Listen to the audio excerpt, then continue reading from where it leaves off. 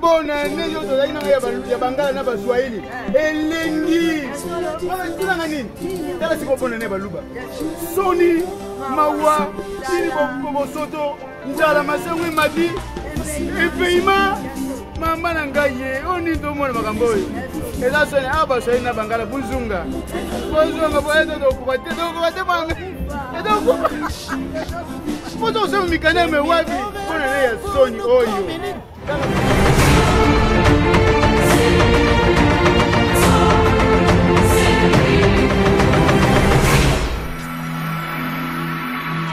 Gemidor TV, elanda biso tina banda. Todos os angolanos que chegam em Angola de 20 anos, 40 anos, só tem um canal para você saber do teu país, do que se passa no teu país, é no Gemidor TV. Webec.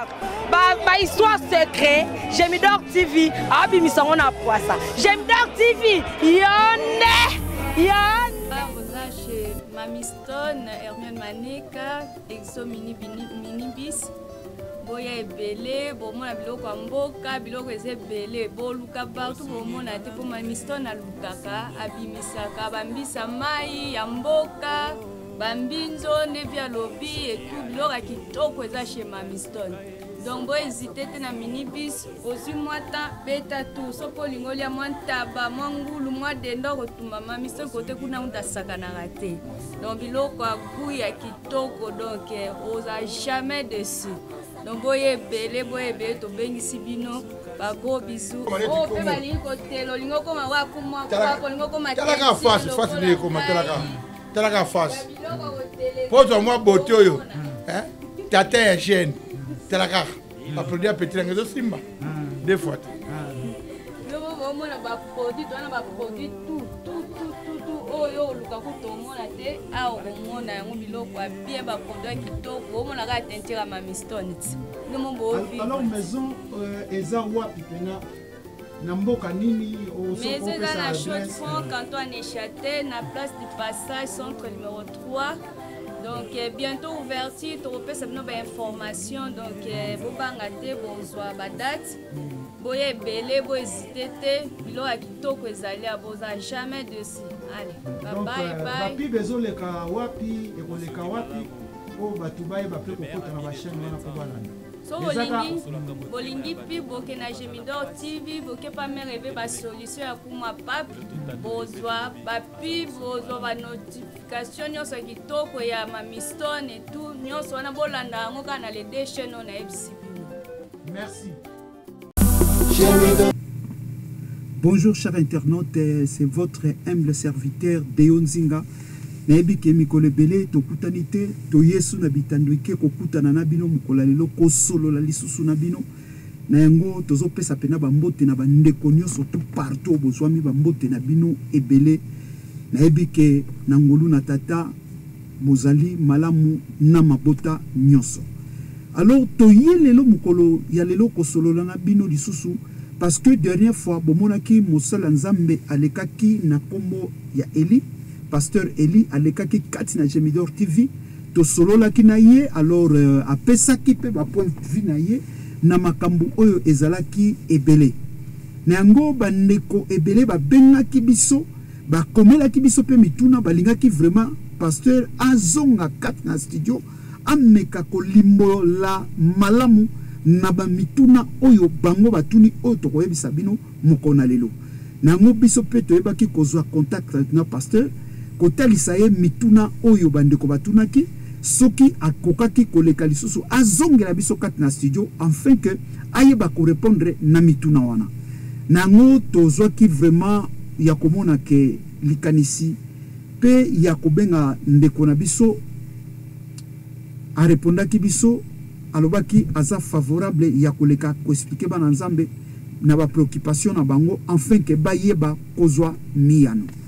Mais avant to kende vraiment na vif ya émission ndenge zali pe ko boko tsa mosala nzambe kati na plateau nango toye vraiment ko pesa ba remerciement mingi na bandeko nyonso tout o baza ba abonné kati na Gemidor TV o bazo sunga biso pe tozo pesa bango ba remerciement vraiment et puis ba mbote ebele yo pe ndeko okutami musika okutami par-ci par-là porte eza ya kokangama te boyebi kaka Gemidor TV to ana posa ba sponsor toza na posa pe bandeko oyo za abonné te o s'abonner pe et salaka toujours ba bien nango to pesi bandeko nyonso tout oyo ba salaka pe kata na Gemidor TV bambote ebele esika nyonso bino bozwami bambote na bino eza na Congo Kinshasa eza na Angola na bamboka misusu pe ya misika bambote kaka ebele bandeko toye vraiment to solo la muke komuna makambo o pasteur alobaki pe mituna botunaki ngai na lingina nuna meka ko solo na bino muke ko talisa bino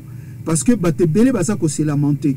Alors c'est pas mal de se lamenter mais il faut to lo ba rappeler vérité au lieu to kendaka kaka na hypocrisie na moni mutuna moko awa ko tuna ke komuna pourquoi lelo oyo zomona ke batu misusu oyo ayebi ke azane na alliance na Nzambeti mais azwa appel mais nano asali alliance na Nzambeti mais nakokima mbangu abandi Ève azana spécialité moko te ayebi te asala nini ya bandi kaka monika banda alors place danger oyo eza ebele yangwana nango bandeko tokomonisa bandeko ebele biso tozana te pona ko dorlote bino na makambu oyo ezanga nango sens non quand il y a des choses à dire il faut dire toboyaka na Gemidor TV to densala ba hypocrite alors tomoni œuvre ya Nzambe surtout na mboka o tozali to umeli to sali mikolo ba temps ebele plus de 25 ans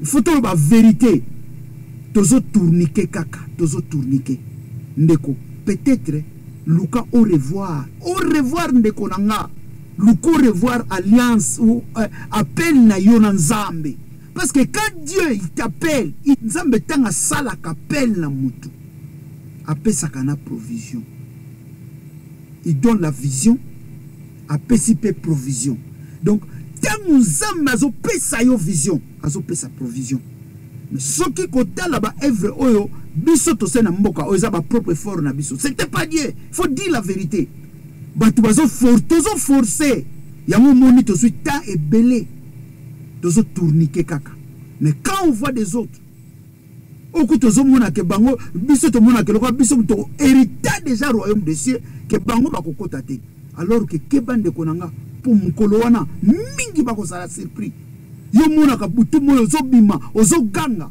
mais peut-être tu es loin de Dieu oza permettre oza musika na Nzambe yango biso tozaka ko beta mbela va pasera akota bandeko toyeba ko sungana bandeko soki omoni ozano na pelte osala na alliance na Nzambe te ndeko tika komema bandeko na perdiction eza malamu te ndeko luka au revoir ndeko pour le to komona yo awa lobi to komono awa lobi to komono boy par contre ozo sala no rien du tout ozo sala rien ozo memaka bandeko kaka na buzoba pour o égarer pe bango eza malamu te ndeko boza ko égarer bandeko ebele vous avez pas de vision mutu te Nzambe pesa ka vision pesa ka provision il faut qu'il y ait des spécialités tant Nzambe bengi yo il faut pesa yo spécialité moko boy c'est comme moi à la maison j'appelle mon fils il faut na yebiseli comme na bengeli c'est Dieu c'est comme ça quand il t'appelle il faut yebiso makamba bengeli yo yanga ko sala alliance yo na ye pour vous collaborer parce que tu es sûr c'est comme si tu vas dans un travail pour signer contrat il faut te dire mais quand tu sais pas comment tu vas travailler si tu es engagé monsieur oui monsieur on t'a engagé mais il y a beaucoup de départements si yoko banda musala wapi so toke na domaine na bisonan o banda wapi ok na satinage ok na polissage ok na préparation ok il faut ba cibler yo il faut ba yebisa yo que quand tu viens ici tu es engagé monsieur même si tu seras polyvalent mais ba yebisa yo ezala musala moko clé o bango ba yeba ke ye a maîtriser ngo bien ye yebi musala o bien ba ko confier au tâche wana o sala kango o ko ke no ba o ke koto mais ba yebi que c'est ba pression finition o sala ngo danger c'est comme ça na makamanzambe pe il faut osana spécialité moko boye kati na bonzambe obi ke ngape na solana nzambe ngaso na tchemoto le boko mutona tamala des andenge ni na ko guérison tu vois c'est ça ma spécialité ngai so nazo yembela nzambe ate mutu azobela ndeni mutu wana kobika. Mais quand toi tu as rien, tu n'as pas ça. Le losa a lobosa intercession yoana et lokobo yoana. C'est bien beau de prier ma sœur, c'est bien beau de crier. Mais parfois tu cries à rien du tout. Et ça salama kelele, c'est comme une cymbale qui retentit. Ça fait des bruits. Bondela nzambe a sa spécialité ya vina yo. Et loko nini bondela nzambe lele pa nzambe. Oui nzambe, je vois mon appel, tu m'appelles Seigneur. Mais qu'est-ce que tu veux de moi Seigneur? Il faut demander.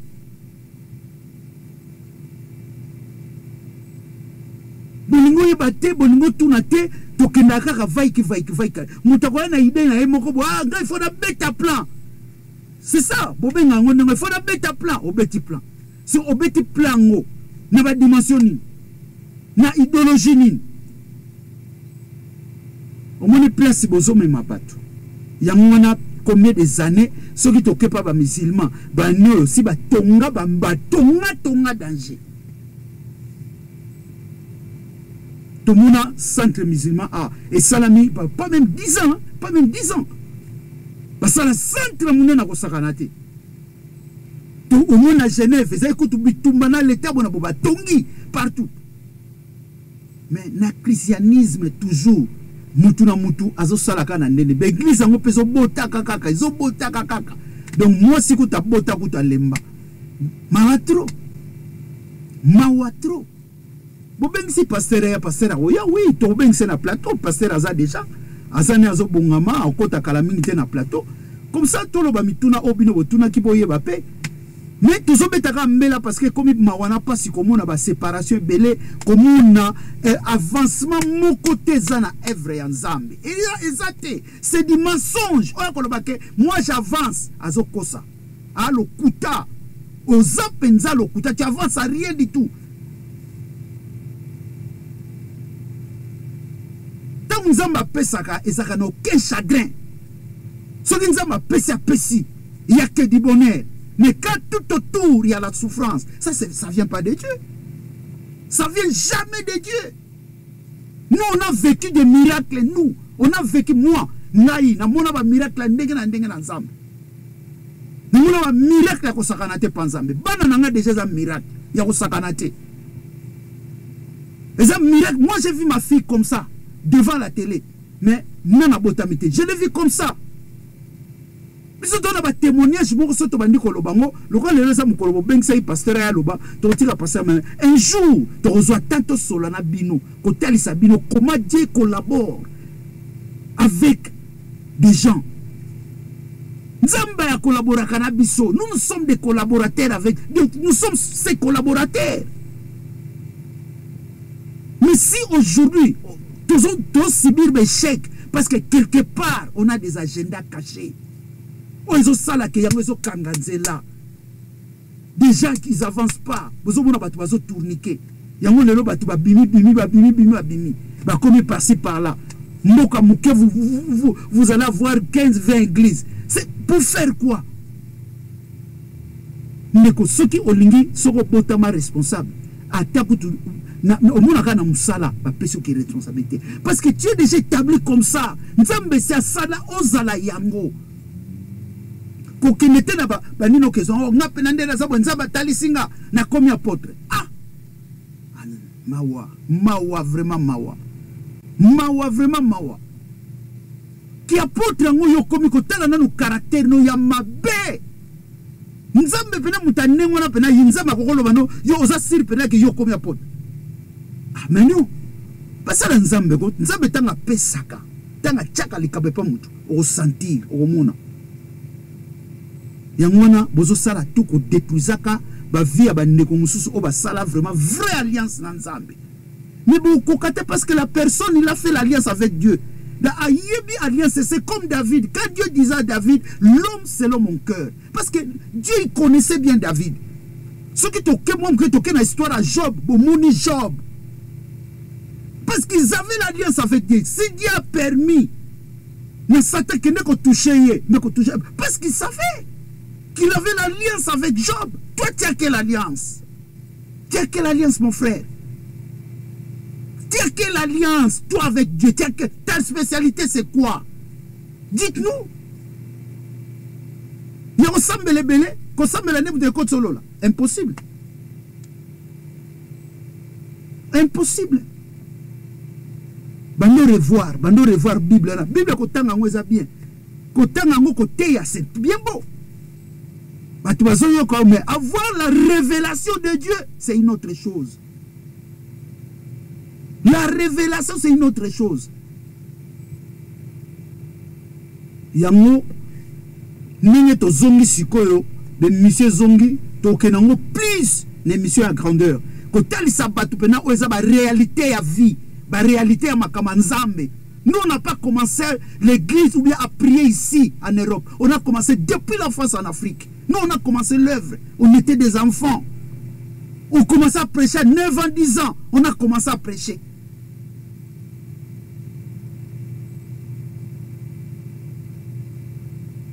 Banda musala nzamba wate musala nzambe kutu lelo na ba vie na biso eza un peu stagné par rapport à vos caractères, par rapport à beaucoup de choses que vous avez mis en place pour barricader les autres. Mais Dieu va vous barricader maintenant. Nous on va aller plus loin. Dieu va vous barricader à hôtel Sabino Touroke bozana alliance mokote na ye.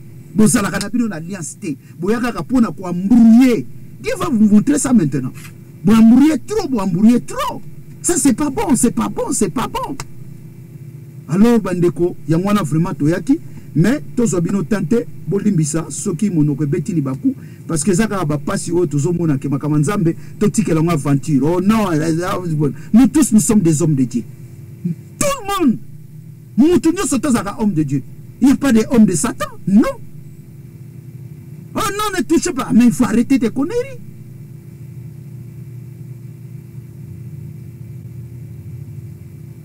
Merci, Torben Samoussala Nzambe. Jamido, la télé number one. Jamido, c'est la différence du monde médiatique. Jamido.